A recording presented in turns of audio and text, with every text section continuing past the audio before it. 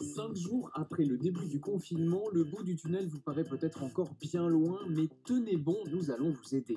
Comment lutter contre l'anxiété, comment booster son corps, son moral et son système immunitaire, si c'est possible, grâce à l'activité physique. On va pouvoir marcher pour entretenir ses muscles, mais aussi la pompe cardiaque et le souffle. Comment télétravailler dans les meilleures conditions, comment se faire plaisir tout en évitant le piège de la malbouffe ou celui de l'addiction. Alors, est-ce que c'est grave, docteur? C'est encore plus grave que ce que je pensais. Au menu de ce soir, une bonne dose de science pour cultiver son bien-être et retrouver l'espoir. Car vous le verrez, la médecine progresse face au virus. La prise en charge s'améliore, la connaissance de la maladie et de ses séquelles aussi, avec parfois des victoires inespérées. C'est mon ressuscité. Toutes les réponses à vos questions pour vous aider à tenir bon, c'est tout de suite dans un magazine de la santé confiné, mais plein de ressources. Pour les poser, 41 555, allodocteur.fr, #santé F5. Bonsoir à tous, merci infiniment d'être avec nous et bienvenue dans cette émission spéciale en direct consacrée au confinement, mais promis, ça va être une émission positive. Alors forcément, quand on parle de positif, je ne pouvais être qu'avec le docteur Jean-Marc Sen. Bonsoir. Bonsoir Marina, ravi d'être avec vous. Effectivement, Vous me le direz à chaque fois. ah ça, oui, hein. mais toujours, ce soir, et on va garder le moral. Voilà, on va garder le moral. Et avec nous ce soir, donc, de nombreux invités réunis pour trouver dans la connaissance scientifique les clés pour mieux vivre ce nouveau confinement. Pour cette première partie, nous sommes avec le professeur Michel Lejoyeux, qui est psychiatre et addictologue. Bonjour. Bonsoir même. Merci pour cette invitation. Et puis Elisabeth Grimaud, qui est docteur en psychologie. Bonsoir. Avec vous deux, nous verrons entre autres comment garder la tête hors de l'eau dans cette ambiance si particulière. Et en coulisses, nous aurons Corinne Chiche-Portiche, médecin nutritionniste, qui nous aidera à nous faire plaisir tout en maîtrisant nos pulsions. Parce qu'il a fini de se maquiller. Voilà. et puis surtout... Parlez de vous. Et puis surtout, en tant que médecin du sport, je vous donnerai aussi quelques conseils pour vous aider à prendre soin de votre corps. Très bien. Les progrès de la médecine sont aussi au programme parce qu'on soigne de mieux en mieux les patients Covid, notamment en réanimation. On va décrypter cela tout à l'heure avec l'infectiologue Benjamin Davido et avec le médecin réanimateur, le professeur Stéphane Gaudry. Mais on commence par vous donner la parole pour savoir comment vous vivez ce confinement. Trop nul. À cause du confinement, on est obligé de séparer les classes et c'est pas trop drôle. C'est un soulagement de savoir que les enfants peuvent aller à l'école parce qu'on a vécu un vrai cauchemar lors du premier confinement avec ce qu'on a appelé l'école à la maison. À la maison, on n'est pas obligé de porter des masques et à l'école, on porte des masques. Et les masques, ça fatigue. En tant que célibataire, la chose la plus effrayante, c'est de se dire qu'on ne va pas pouvoir rencontrer l'amour pendant quelques semaines. Je me retrouve tout seul dans la coloc. En mars, j'ai tenu 15 jours. Après, j'ai dit non, c'est bon, je rentre chez mes parents. Être tout seul, en fait, c'est usant, quoi. Les enfants, les petits-enfants, c'est ce qui donne du sens à votre vie, en fait. Pas se serrer dans les bras, pas discuter. Moi, je les conduis au sport, on discute dans la voiture. Enfin, le lien, il est interrompu. Les années étudiantes, c'est rencontrer du monde, sortir et profiter de la vie, tout simplement. Là, je me retrouve entre quatre murs à attendre que la situation s'améliore. Tant que les gens ne peuvent pas voir à quoi ça ressemble, qu'est-ce qu'une détresse respiratoire, les gens ne peuvent pas comprendre pourquoi ils doivent s'appliquer ce genre de mesures. Moi, je trouve pas ça drôle de pas vraiment fêter son anniversaire. Et je me dis, ok, pars pour une période où tu vas rencontrer personne, tu vas te recentrer sur toi-même. J'ai pas du tout mal vécu le premier confinement. Prendre du temps pour moi, ne pas l'impression de rater quelque chose, investir du temps pour des activités que j'ai jamais eu le temps de terminer. Faut être optimiste. Je vous dis ça maintenant, on peut peut-être se donner rendez-vous dans un mois et voir ce que ça donne. Alors, professeur Michel Lejoyeux, je rappelle donc que vous êtes psychiatre et addictologue, auteur de ce livre, Les 4 temps de la Renaissance. Le stress post-traumatique n'est pas une fatalité. C'est chez Lattès. Vous aviez déjà écrit les 4 saisons de la bonne humeur. Donc, vous essayez de positiver effectivement au maximum. Comment vous réagissez à ce qu'on vient d'entendre ? à la fois, je trouve que c'est plein de sérénité, plein de justesse, et surtout, on n'est pas dans le déni. Vous savez, il faut être ni dans le déni du fait que nous ressentons tous des émotions négatives. Hein, quand on a su qu'on allait être confiné une deuxième fois, celui qui aurait été très heureux m'aurait beaucoup inquiété. Quant à sa santé mentale, va sauter de joie à cette idée est inquiétant. Et en même temps, et c'est ce qu'on va peut-être essayer de faire, ce que j'ai envie de vous montrer, il ne faut pas être dans le déni non plus du fait que nous avons des capacités personnelles de résistance, de résilience. Faire bien la différence entre des émotions, un stress qui nous concerne tous, certains qui ont besoin d'être soignés, qui sont les malades, les plus précaires, les plus isolés. Je les reçois à l'hôpital, je les vois.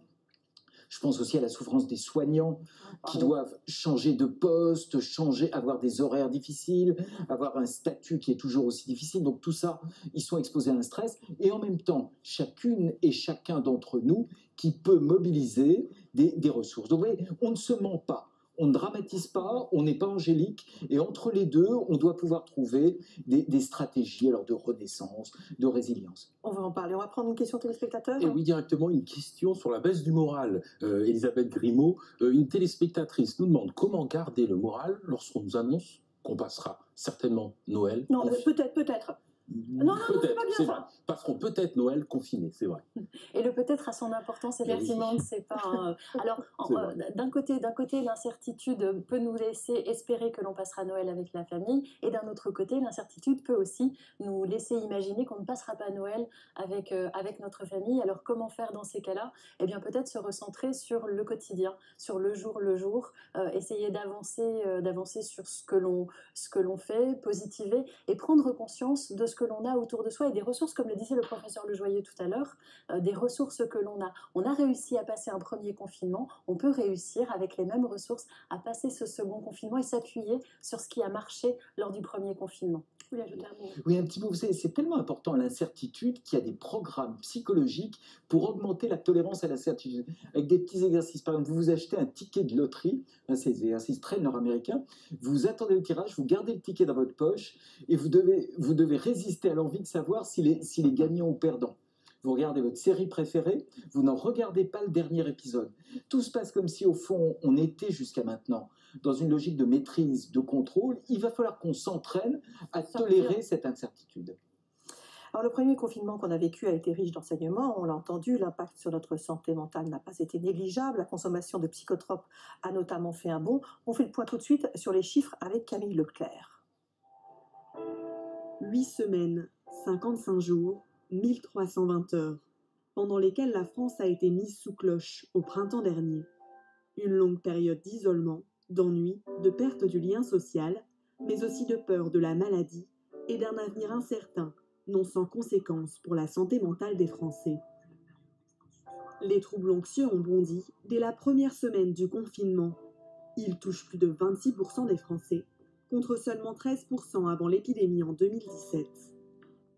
Une souffrance psychologique particulièrement vécue par les femmes, les jeunes de 18 à 35 ans, mais aussi les personnes en difficulté financière. Et ce changement brutal de mode de vie s'est aussi accompagné de nuits mouvementées. Jusqu'à 70% des Français ont souffert de troubles du sommeil pendant le confinement, alors qu'ils n'étaient que 50% avant l'épidémie. Au fil des semaines, les psychiatres et psychologues ont donc été de plus en plus sollicités. Pendant le premier confinement, lorsque nous étions en visioconsultation, il y avait essentiellement une fréquentation par les patients habituels. À partir du mois de mai, il y a eu un afflux massif de nouveaux patients, des patients plus jeunes qui n'avaient pas l'habitude, qui n'ont jamais consulté les professionnels du soin en psychologie ou en psychiatrie. Autre répercussion de ce mal-être, l'augmentation de la consommation de psychotropes, hypnotiques, antidépresseurs, anxiolytiques. Les prescriptions ont explosé par rapport aux prévisions effectuées pour l'année 2020. Des chiffres qui pourraient repartir à la hausse avec ce deuxième confinement. Cette prescription d'anxiolytiques, c'est quand même une bonne solution ou c'est un problème? C'est une pure catastrophe. Vous savez, nos amis infectiologues le disent, les antibiotiques, c'est pas automatique. Les anxiolytiques, c'est pas automatique non plus. Le traitement de référence de l'anxiété, surtout d'une anxiété réactionnelle comme celle dont on nous parle là, le standard, c'est la psychothérapie. C'est aussi quelques petits exercices dont on aura l'occasion de parler, dont j'essaie de parler dans mon livre, mais c'est vraiment un examen médical pour être sûr qu'on n'est pas atteint d'une maladie dépressive. Ça a donné des vraies dépressions, ce confinement? En tout cas, ça mérite toujours de vérifier. La dépression est tellement fréquente. Moi, je suis toujours prudent sur les causalités. Vous savez, dire qu'une chose en donne une autre. En tout cas, on doit toujours vérifier la présence ou l'absence d'une maladie dépressive. En 2 mots, perte d'envie, culpabilité, ralentissement. Si on a ces 3 signes-là, c'est vraiment une indication à consulter et à prendre un antidépresseur sans hésiter. Mais les anxiolytiques, c'est absolument inutile en traitement à long terme. C'est vraiment la psychothérapie qui reste la référence. Donc, un des dangers, finalement, c'est que face à ces émotions négatives que nous ressentons tous, on aggrave le mal avec des médicaments qui ne seraient pas adaptés et qui, surtout, ne seraient pas fondés sur un diagnostic précis. Alors, lors du premier confinement, il y a eu une hausse importante de la consommation d'anxiolytiques. Là, il y a un deuxième confinement. Si jamais il y a la même tendance, la même hausse, on va se retrouver au printemps avec énormément de sevrage, finalement. Oui, avec surtout énormément de traitements inadéquats. Vous savez, on avait en France un double record du monde dont on n'était pas très fiers. Le record du monde de nombre de psychotropes consommés par habitant et du plus faible taux de maladies mentales caractérisées traitées de manière efficace. Donc ça veut dire que beaucoup de gens prennent des médicaments psychotropes dont ils n'ont pas besoin et que ceux qui en ont besoin, vous le savez dans votre pratique, ne les prennent pas. Donc notre sujet, c'est vraiment de donner les bons traitements à ceux qui en ont besoin et surtout de réhabiliter et de diffuser des pratiques psychothérapiques qui sont infiniment plus efficaces que les médicaments sur les troubles anxieux, pas sur les troubles dépressifs qui, eux, doivent être repérés et traités. Voilà, justement, vous avez parlé de dépression. On nous demande comment faire la différence entre une déprime et une dépression. C'est important parce que s'il y a effectivement des signes de vraie dépression, il faut absolument consulter et malgré le confinement, il faut le faire. Il ne faut pas rester tout seul. La différence, c'est comment on la fait? 2 questions simples que je pose au quotidien. 1, est-ce que ce qui vous faisait d'habitude plaisir continue à vous faire envie? Est-ce que finalement ce qui vous amuse continue à vous faire envie? Vous savez, les déprimés continuent à agir, mais en se forçant.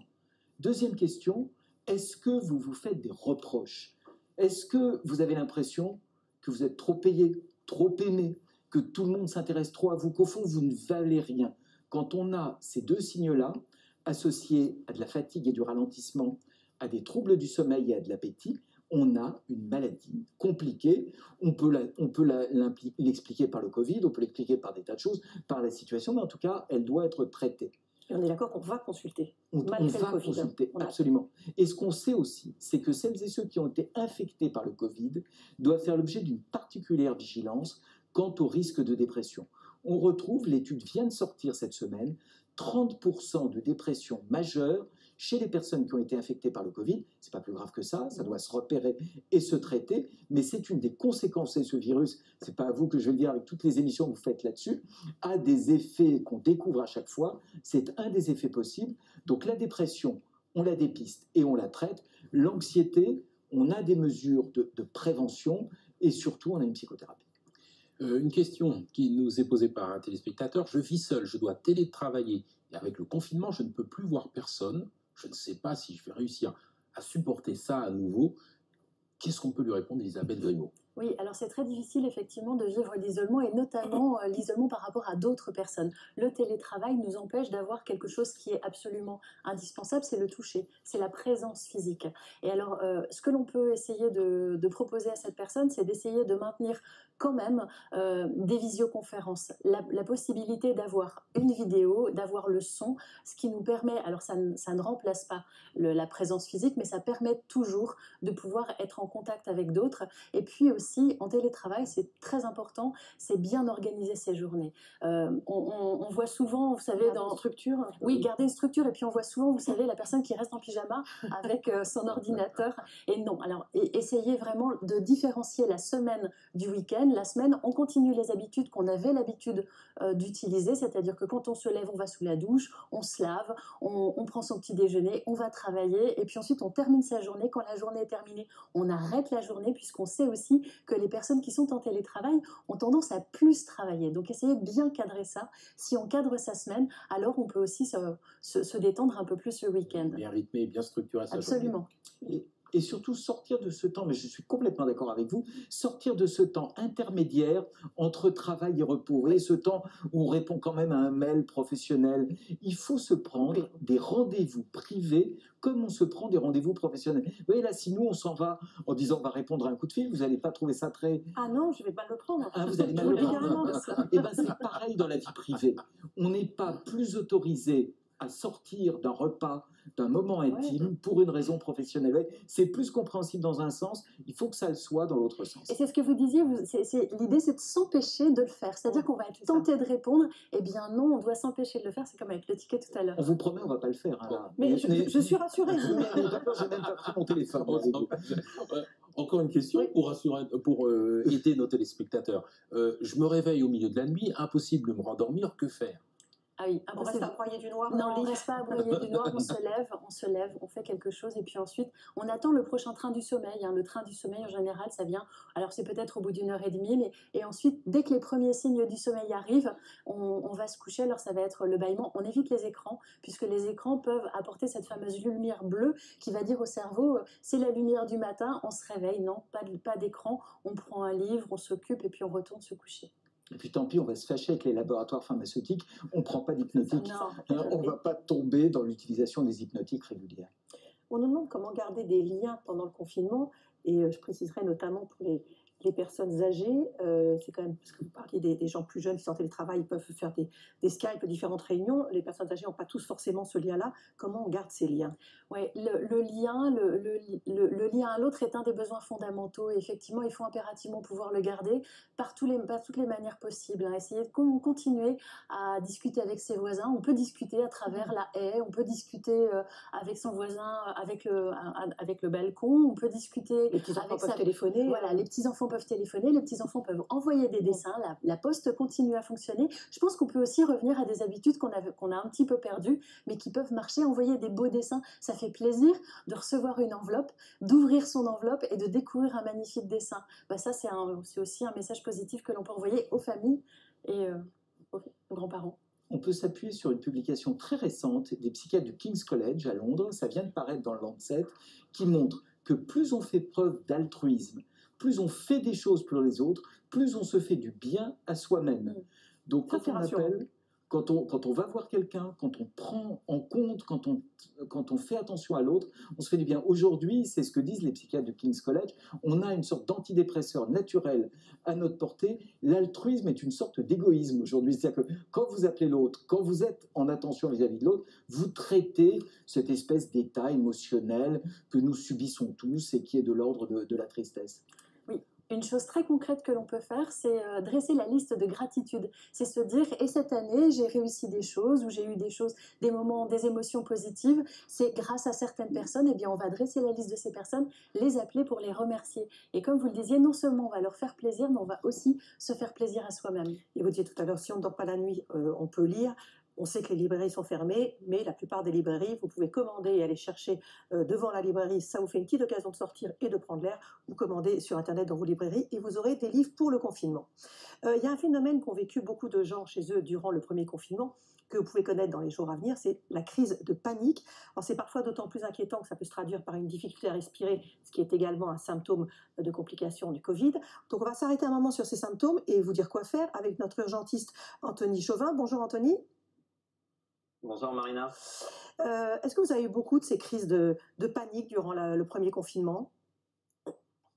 Alors on n'en a pas eu beaucoup pendant le confinement, on en a eu quelques-unes à la sortie du confinement parce que les gens ont été vraiment, ont montré beaucoup d'anxiété face à leur retour à une vie un peu, on va dire, normale, avec toujours les risques de la maladie et surtout les risques de contamination qui étaient toujours présents. Donc, après, ça s'est estompé au cours de l'été. Mais là, il y a eu vraiment un retour de ces consultations, là, avec l'annonce du second reconfinement. Bonsoir Anthony, alors est-ce que vous pouvez nous dire comment on reconnaît une crise d'angoisse? Alors vraiment, la crise d'angoisse, l'attaque de panique, on a vraiment ces patients qui vont arriver avec un état de mal-être et même d'instabilité. Hein. Il y a parfois des gens qui n'arrivent soit même pas à rester assis sur leur chaise, soit vous avez des gens qui au contraire vont avoir des vrais troubles de la marche, qui vont avoir l'impossibilité de se mouvoir parce qu'ils vont avoir totalement perdu tout élan et surtout ils vont avoir une peur vraiment du monde extérieur. Et surtout, on est dans un instant actuellement où l'autre représente le danger. Donc, dès que vous allez vous approcher de ces patients-là, vous avez vraiment un mécanisme de retrait de ces patients-là, quoi. Donc, c'est vraiment un ensemble de phénomènes. Et comme vous l'avez dit, des gens qui ont du mal à respirer, des palpitations, des phénomènes vraiment variés. Et qu'est-ce qu'on peut faire si ça nous arrive, en dehors déjà de savoir qu'on n'en meurt pas, parce que c'est des crises où vraiment on a une impression de mort imminente, mais il faut le dire aux patients, on n'en meurt pas, mais qu'est-ce qu'on peut faire? Alors, on n'en meurt pas, effectivement, mais la première chose, on n'en a pas encore parlé sur les problèmes d'anxiété, mais c'est vraiment les problèmes aussi qui sont d'addiction. On a de plus en plus de patients qui viennent consulter et qui, certes, ne prennent pas d'anxiolytiques, mais du coup, essayent de soigner leur panique avec de l'alcool ou d'autres toxiques. Et du coup, vous avez vraiment, c'est déjà ça. Il faut limiter au maximum la consommation de toxiques, exacerber tout le côté sentimental. Il faut, pour identifier la crise de panique, il faut bien sûr déjà se rendre compte qu'on en fait une et se rendre compte qu'on ne risque rien. Essayer d'identifier pourquoi je suis dans un inconfort, pourquoi est-ce que j'ai ces sensations de douleur dans la poitrine, par exemple, palpitations, et surtout s'asseoir, respirer grandement, prendre de grandes inspirations et rester en communication avec quelqu'un de confiance si on peut, par un téléphone ou joindre un tiers qui va pouvoir nous calmer et essayer de trier un peu les informations parce qu'il faut bien entendu, il ne faut pas omettre aussi une urgence médicale dans le cas. Merci beaucoup Anthony, justement on va parler de ça. Alors Elisabeth Grimaud, il y a justement certainement des méthodes pour essayer de prévenir. Mon ventre est un jardin dont je prends soin. Quand mon transit est ralenti, je prends Bioprotus Leak 7000, l'association symbiotique de souches microbiotiques et de fibres. Bioprotus Leak 7000 prend soin de votre transit. Restez en forme avec Rosanna. Étirement et hydratation sont essentiels. Plusieurs fois par jour, sur la pointe des pieds, tirez vers le haut, ventre rentré, puis vers le bas, genoux légèrement pliés. Hydratez-vous chaque heure avec Rosanna. Rosanna est naturellement gazeuse, elle contient du magnésium et le magnésium contribue à réduire la fatigue. Mon magnésium, c'est Rosanna. Omettre aussi une urgence médicale dans le cas.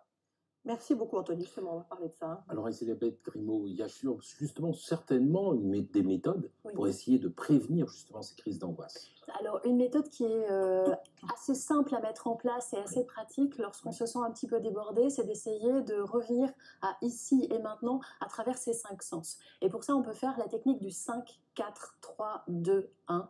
Et alors il suffit de prendre ses yeux et de se dire je vais essayer de voir 5 objets autour de moi, simplement 5 objets. Je vois un verre, je vois une bouteille de gel hydroalcoolique, je vois une table, 5 objets. Ensuite on va au niveau des oreilles, on essaye d'entendre 4 bruits. Et ensuite, on prend sa main et donc on essaye de se dire qu'est-ce que je peux ressentir à l'intérieur de mon corps. 3 éléments que je peux ressentir, 2 éléments que je peux sentir et 1 élément que je peux goûter. Et là, on arrête la machine à rumination, on arrête ce qui peut être dans le mental et on revient au corps. Et sur la cohérence cardiaque? La cohérence cardiaque est une autre technique très utile aussi. La cohérence cardiaque est une technique de respiration cette fois-ci. On était dans le sensoriel tout à l'heure, cette fois-ci on vient dans la respiration, mais on revient au corps. L'idée est d'inspirer pendant 5 secondes. On va voir ça normalement en image. Voilà, inspirez pendant 5 secondes. Vous voyez quand la bulle monte, vous gonflez le ventre, vous inspirez. Et ensuite, quand la bulle redescend, vous relâchez le ventre et vous expirez. Et simplement en suivant ce rythme-là, on inspire, on gonfle le ventre, on expire et on relâche le ventre. Et on suit, grâce à cette application, on peut simplement le faire, ça dure 5 minutes, on peut même le faire régulièrement et ça peut nous permettre d'agir en prévention. Il y a des applications gratuites qu'on trouve absolument, c'est gratuit. Bonne technique pour éviter de prendre des médicaments. Très bonne technique. On se rappelle que la panique, je vous raconte une petite histoire, ça vient du dieu Pan, qui est arrivé, c'est de l'histoire de la mythologie, en faisant beaucoup de bruit. C'est vraiment ça que ressentent les patients qui font des paniques. Vous voyez, à un moment, ils vont avoir beaucoup de bruit. On leur explique. Vous avez une émotion normale. C'est comme ça que ça se passe, une panique. Une sensation corporelle normale. Par exemple, j'ai un peu chaud et du coup, je me dis ce qui m'arrive est grave. On peut, et ça c'est tout le principe de ce qu'on appelle les thérapies cognitives, déconnecter l'émotion qui est normale d'une croyance qui est je vais mourir ou je vais devenir fou.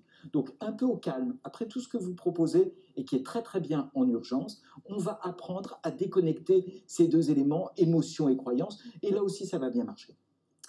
Alors, on vient de le voir avec la cohérence cardiaque, la déprime, l'anxiété à cause du confinement, ça n'est pas une fatalité, il y a des solutions. La première d'entre elles, c'est de bouger. Alors là, je vais me tourner vers l'expert encore que dans la... Vous êtes vice-champion de lutte. La lutte, vous ne bougez pas beaucoup aussi? Ah, la lutte, ça remue un peu. Non, ça remue, mais bon. En tout cas, c'est le meilleur des anxiolytiques. Et donc, on va voir effectivement ce qui se passe dans notre corps. Et oui, dans notre corps et dans notre cerveau. Ça se passe là, on se rend compte qu'en fait, en plein cœur du cerveau, il y a beaucoup d'activité électrique. Et lorsque l'on rentre, on voit tous ces neurones, vous voyez, avec une activité électrique qui circule. Et quand ces neurones sont en connexion, eh bien, on parle d'une synapse. Entre deux neurones, le message eh bien, va passer d'un neurone à l'autre par des neuromédiateurs. Alors c'est la dopamine, c'est bien évidemment la sérotonine. Quand on fait de l'activité. Quand on fait de l'activité, et ces neuromédiateurs interviennent notamment dans le circuit de la récompense, c'est-à-dire le plaisir. Et quand on fait de l'activité, je vous le donne en mille, Marina, la dopamine augmente, le circuit de la récompense est activé, et c'est pour ça qu'on se sent bien lorsque l'on fait de l'activité physique. C'est pour ça que vous êtes tout le temps joyeux. Eh ben, c'est absolument. impressionnant. Vous professeur Le Joyeux. Ah, mais moi, je ne suis pas du tout compétent sur la lutte. Non, Hein. non, J'avais pas compris. Il ne voulait pas l'affronter. Oui, Je ne sais pas pourquoi. J'avais pas du tout compris. Oui, Non, non. effectivement, Je peux partir tout de suite. l'activité bonne pour le moral. Le problème, c'est que quand on est vraiment déprimé, je ne parle pas de dépression, hein, mais déprimé par ce confinement, c'est difficile de se bouger. Oui, mais là encore, il faut prendre des rendez-vous avec soi-même. Ce que vous dites, c'est pas parce que vous êtes un lutteur et beaucoup plus costaud que moi, mais c'est totalement vrai. Et notamment, ça va stimuler aussi, vous n'en avez pas parlé, les endorphines. Donc, on va se faire une sorte de plaisir naturel, un shoot de morphine naturelle avec cette activité physique. Ce qui fait qu'on n'arrive pas en général à l'activité physique, c'est qu'on a ce qu'on appelle la pensée absolutiste, la pensée en tout ou rien. Soit demain, je suis un vrai lutteur, un champion de lutte, soit je ne fais rien. Donc c'est en revoyant à la baisse ces objectifs, en ayant des objectifs tout à fait réduits et en les commençant dès demain matin, on s'est aperçu que quand on prend une décision, plus on la met en action tôt, plus on a de chance. Après 24 heures, on a perdu 60% de possibilité de mettre en acte sa décision. Donc un petit pas, une petite activité, 10 minutes, un quart d'heure, ça va suffire. Vous savez, il y a une étude qui a montré que 6 minutes de marche rapide, il n'y a même pas besoin de lutter, ça augmente de 30% le niveau de bien-être et de bonne humeur. Donc vraiment, on a à notre portée, on peut même les faire dans son appartement, ces 6 minutes de marche rapide. Marie nous dit, donc là on parlait de déprime et de sport, on nous conseille sans cesse de courir ou de faire du vélo, mais comment faire quand on déteste le sport en temps normal? C'est deux choses différentes. Ce qui est vraiment important à remarquer, c'est qu'il y a la différence entre le sport et l'activité physique. L'activité physique, c'est véritablement toute activité, tout mouvement, finalement, qui peut être évidemment sportif quand c'est régulé, mais qui peut être simplement marcher, faire, pourquoi pas, du jardinage ou avoir une activité qui est très plaisante. Donc ça, c'est vraiment important de distinguer ces deux choses. Le ménage, c'est une activité... Alors le ménage, bon, moi je... on lui parle de cuisine, il adore faire la cuisine, on lui parle de ménage, il adore faire le ménage. J'avoue, je préfère la cuisine. D'accord, mais donc, c'est quand même une activité? Bon, très bien. Hein? Et, oui. C'est une activité ou pas? Le ménage, c'est une activité, bien sûr. On a une dépense énergétique. En fait, tout mouvement corporel qui a une dépense énergétique, eh bien, crée tout cela. Et ce qui est aussi important de savoir, pourquoi c'est aussi important, c'est parce qu'on sait que 15 minutes d'activité physique par jour suffisent à augmenter l'espérance de vie de 3 années. Et ça, c'est quand même quelque chose d'extrêmement important, et ça, c'est parfaitement démontré. Donc, une espérance de vie en bonne santé. Bien sûr, parce que sinon, ça ne vaut pas le coup. Hein. Il n'y a pas besoin de s'épuiser, il n'y a pas besoin de finir comateux son expérience physique. Il suffit, là aussi, dans des données claires, d'augmenter de 30% sa fréquence cardiaque. Donc, ce qui va vous faire un tout petit peu accélérer le cœur, va augmenter aussi à peu près de 30% votre niveau de bien-être. Alors, l'activité physique la plus simple, la plus accessible, c'est la marche. Et ça tombe bien, puisqu'on peut utiliser notre permission d'1 heure par jour pour aller faire un tour dans un rayon d'1 kilomètre, bien évidemment. Eh bien, Nordinatam, notre coach sportif, nous explique comment tirer le meilleur d'une petite marche quotidienne. Regardez. Du plus jeune âge au senior, on va pouvoir marcher pour entretenir ses muscles, mais aussi la pompe cardiaque et le souffle. Allez, je vous laisse vous changer et je vous dis à tout de suite. Le premier exercice, effectué après 10 bonnes minutes de marche, ça va être le mouvement des fentes avant. Et pour ça, je vais faire une légère flexion de jambes, comme ceci. Ne descendez pas trop bas dans un premier temps, afin que l'effort soit réduit. Et après 4 ou 5 répétitions sur chaque jambe, eh ben, vous continuez à marcher 10 minutes. Si vous vous sentez bien, descendez davantage et grâce à ça, vous allez renforcer vos jambes. Le deuxième exercice, pour tonifier les bras. Ben oui, les bras aussi servent à marcher rapidement. Et pour ça, j'ai pris un élastique, je l'entoure autour de l'arme et là, je vais mimer le mouvement de bras que je dois effectuer durant la marche à pied. Plus je vais me reculer, plus il y aura de la résistance. Partez sur 10 à 15 mouvements sur chaque bras et ensuite vous reposez. Et grâce à cet exercice, eh ben, vous allez tonifier vos bras et ils vont vous permettre d'aller beaucoup plus vite durant vos temps de marche.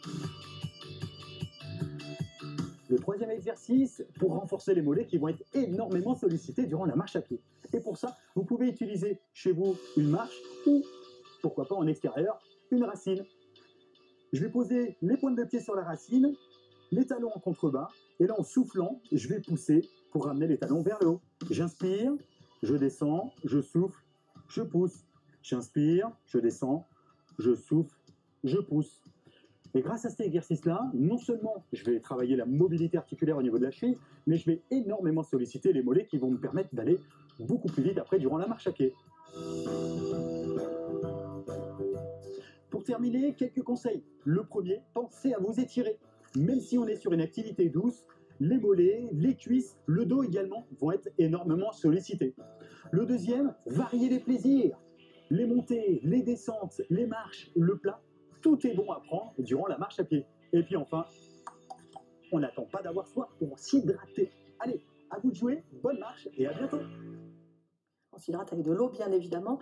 On voit en plus, il y a la nature autour de soi. C'est important, ça aussi. La nature est fondamentale, c'est-à-dire que depuis assez peu, finalement, depuis probablement un peu plus d'un siècle, on est regroupé dans les villes, alors que notre corps est fait pour vivre dans la nature, reconnaît la nature, c'est la biophilie. C'est-à-dire que quand on va dans la nature, le corps le reconnaît. Et il y a des petites molécules qui viennent aussi participer à la sécrétion de sérotonine et donc fabriquer du bien-être. Et la nature est aussi source de beau. C'est l'émerveillement. Et l'émerveillement, ça c'est aussi absolument fondamental. On a besoin d'émotions positives quand on va vers la nature, y compris en hiver, y compris en automne. Regardez les feuilles d'un liquide en barre, c'est absolument extraordinaire.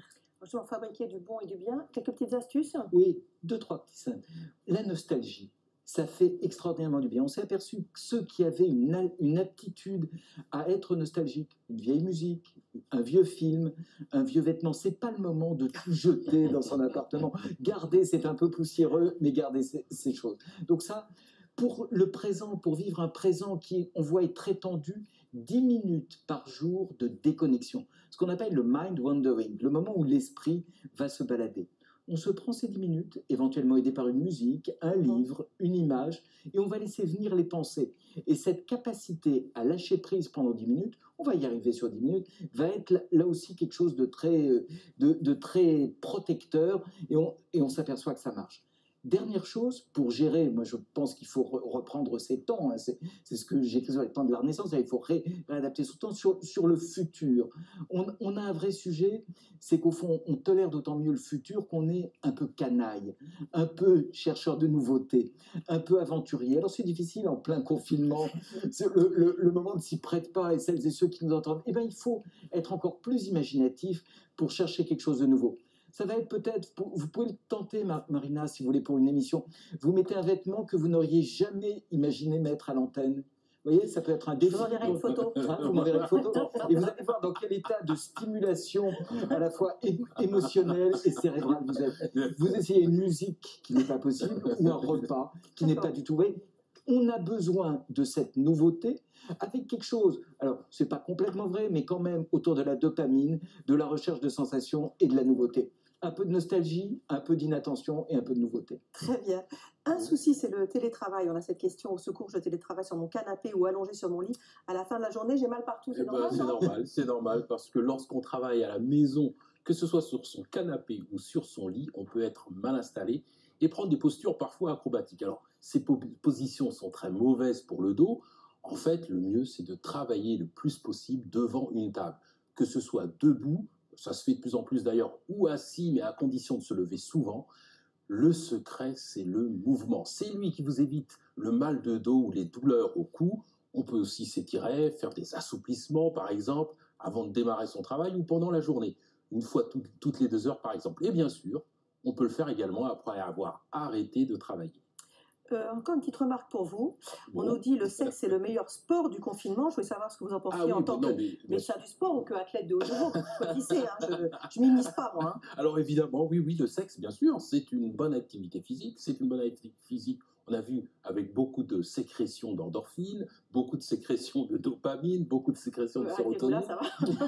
Voilà. C'est bon pour le cœur. C'est bon pour le cœur. On sait que la santé cardiovasculaire est bonne lorsqu'il y a une activité sexuelle. Et puis, ça permet également de développer pas mal de choses, la souplesse, l'équilibre, même éventuellement dans certaines situations. Mais vous riez tout le temps, oui, toujours.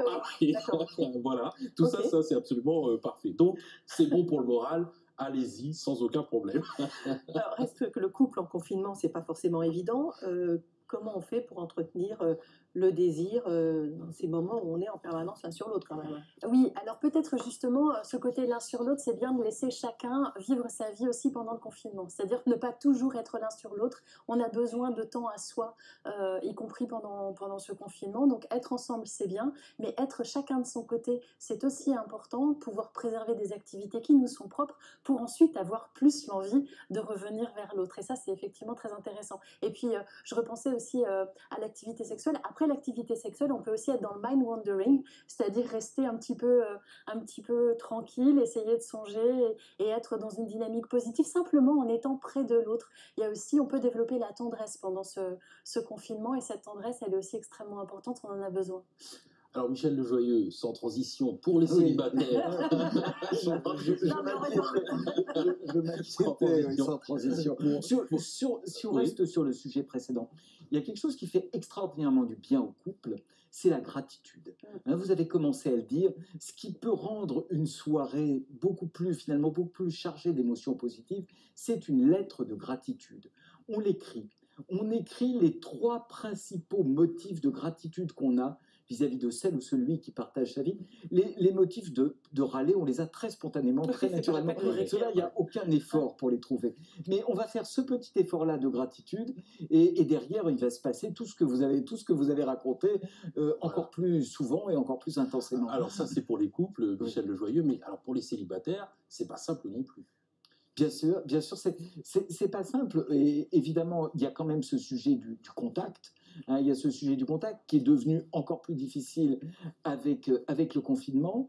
Mais une des choses, c'est quand même de retrouver des contacts avec des personnes nouvelles. Vous savez, je vous l'ai dit, cette histoire de la nouveauté. On a sur nos agendas, sur nos téléphones, des listes de contacts, et il y a des gens qu'on n'a jamais appelés. Peut-être que ce moment va être le moment où on va pouvoir appeler, évidemment, celles et ceux qui comptent beaucoup dans notre vie, mais aussi une personne qu'on n'a jamais appelée, jouer un peu de cet étonnement. On a, qu'on soit seul ou en couple, besoin de ces petits moments d'étonnement, oui, il de stimulation. de contact physique qui est lourd à porter pour des célibataires. Bien sûr, mais là encore, ne soyons pas euphoriques. Vous savez, on a été à un moment où la psy était à la recherche d'une sorte d'euphorie perpétuelle, de bonheur de chaque instant.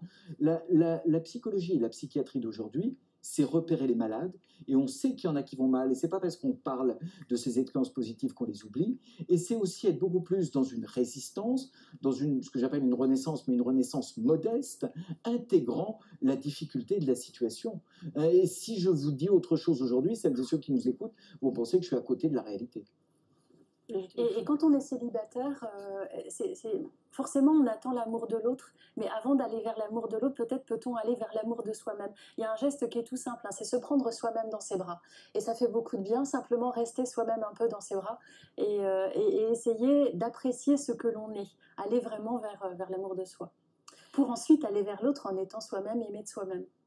Pour revenir à l'activité physique, c'est bon également pour notre système immunitaire, ça nous aide à booster nos défenses. Et pour comprendre comment, on est en ligne avec Martine Duclos, qui est médecin du sport et membre de l'Observatoire national de l'activité physique et sportive. Bonjour. Bonjour. Merci beaucoup d'être avec nous.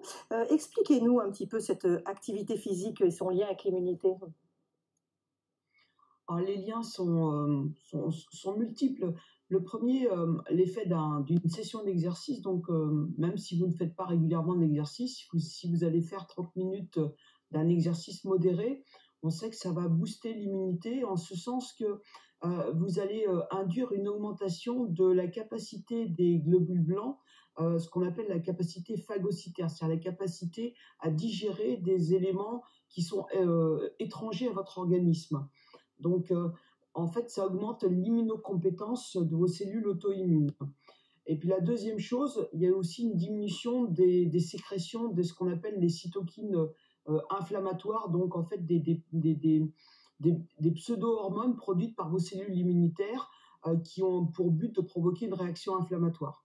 Donc ça, c'est l'effet de l'exercice, d'une session d'exercice. Et puis ce qui est plus intéressant, c'est quand vous répétez les sessions d'exercice, donc quand vous êtes entraîné, donc quand vous faites de l'exercice tous les jours ou un jour sur deux, donc quand vous êtes entraîné, eh bien là, on voit qu'effectivement, vous avez déjà un profil inflammatoire qui est plus faible, vous avez une augmentation de la réponse immune, donc vous avez une immunité qui est plus importante, et par exemple, ce qui peut nous intéresser quand on a enfin le vaccin contre la Covid, quand on vaccine les gens qui sont entraînés, il y a une réponse vaccinale qui est plus importante. Alors le petit bémol, et c'est ce qu'on peut voir aussi avec le confinement, en tout cas c'est ce qu'on avait vu nous sur les études qu'on avait faites, c'est qu'avec le confinement, on a vu des gens qui faisaient pas du tout d'activité physique et qui ont profité de l'heure de liberté qu'ils avaient, par exemple qu'ils gagnaient avec le télétravail, en évitant par exemple l'heure et demie de déplacement qu'ils avaient pour aller au travail, en ils ont un peu plus de temps et ils se mettent au sport. Et donc ils passent de rien à quelque chose, ils décident tout à coup de se mettre à courir ou avoir une activité très intense.